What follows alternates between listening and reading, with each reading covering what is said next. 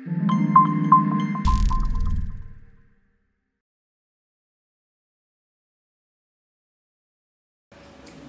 j'étais jeune, plus jeune, j'étais enfant, adolescent, j'habitais le quartier qui s'appelle Salida. Donc pour ceux qui ne connaissent pas, c'est un quartier vraiment sur la rocade, sur la nouvelle rocade du Canada, les 4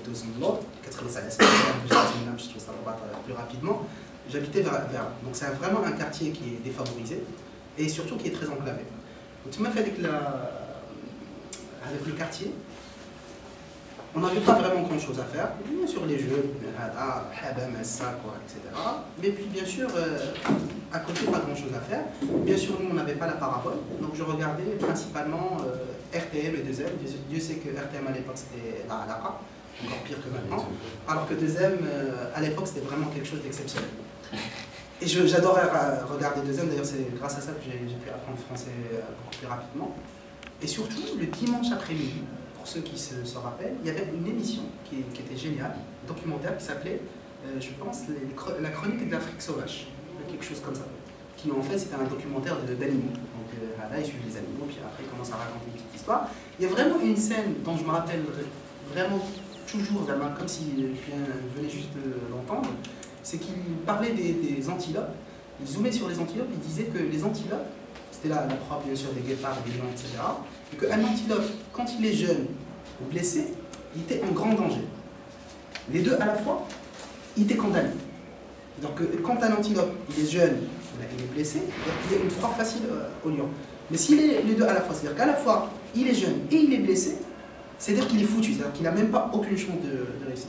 Pourquoi je vous raconte ça? Parce que à cette époque-là, quand j'ai vu cette scène, je me suis projeté sur moi-même, je me suis dit, bah, moi, je suis cet antilope qui est à la fois blessé et jeune. C'est-à-dire que, à la fois, je viens d'un milieu défavorisé, clairement, mais en plus de ça, j'ai une maladie. À l'époque, j'avais pas de fauteuil, mais quand même, j'avais une maladie que j'ai toujours, une maladie assez handicapante. Donc, je me disais, il n'y avait aucune manière whatsoever que je m'en sorte d'une manière ou d'une autre, selon les critères de la société, que je réussisse, etc. Et puis, à l'âge de 13 ans, il y a eu vraiment un événement très grave qui est arrivé dans notre famille, dans notre petite famille, c'est qu'on s'est retrouvés du jour au lendemain dans la rue. Dans la rue, vraiment, on n'avait pas où habiter, donc après, à un moment donné, on a squatté chez mon oncle, etc. Donc vraiment, c'était... Voilà, c'est sûr qu'il y a des gens qui ont vécu des choses bien pires, mais pour moi, c'était... Il n'y avait aucun moyen pour s'en sortir. Alors, qu'est-ce qui s'est passé après?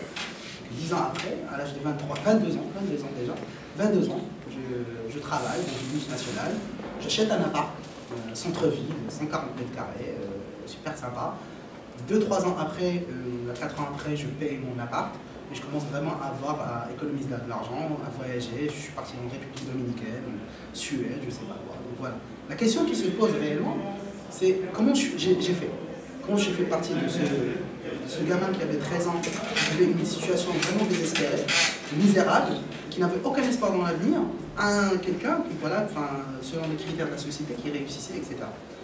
La réponse, c'est sûr que je n'avais pas de magie, je n'avais pas de hala, et surtout je n'avais pas le physique pour séduire une vieille héritière, je ne savais pas.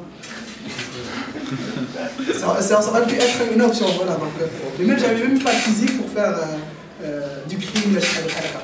Donc la vraie réponse, c'est deux choses. C'est bien sûr l'événement, quand un événement grave qui arrive, l'autre fois on avait parlé de Lula, quand un événement grave, une adversité arrive, forcément on en prend un courage, une force extraordinaire.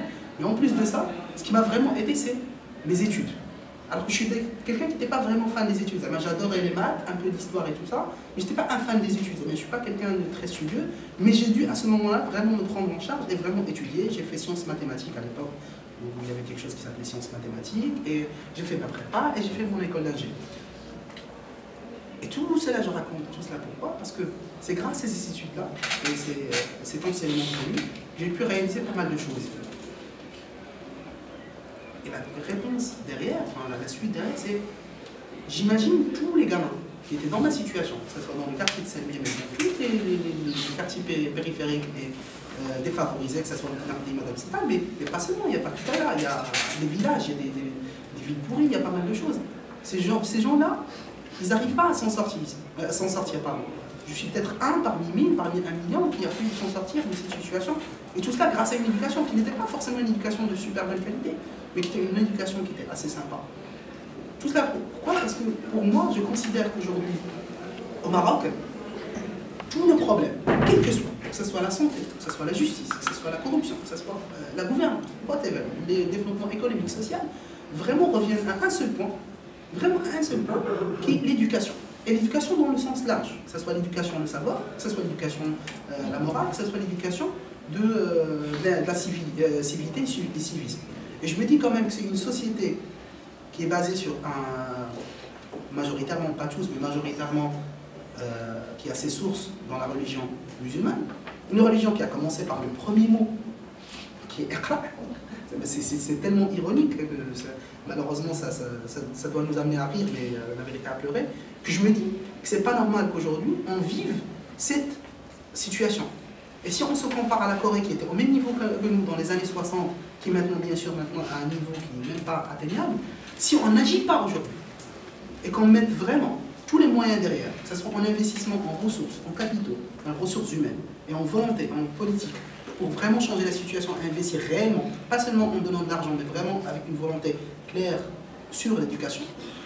Et ça serait pour vous vraiment faire de la mobilisation et de lobbyisme avec vos élus sur le problème de l'éducation, comme ça peut être un truc aussi bête que vraiment aller repérer 1 jusqu'à 5 élèves défavorisés qui ne sont même pas motivés, qui n'ont peut-être même pas les moyens de réussir, et vraiment aller les coacher et les aider et leur parler et les motiver pour aller faire des études, parce que pour leur dire, voilà, les études, ça permet de s'en sortir financièrement et socialement. Donc si vous allez faire ça, ou faire de la politique pour pousser l'enseignement, vous aurez vraiment réussi quelque chose d'énorme pour ce pays. Merci.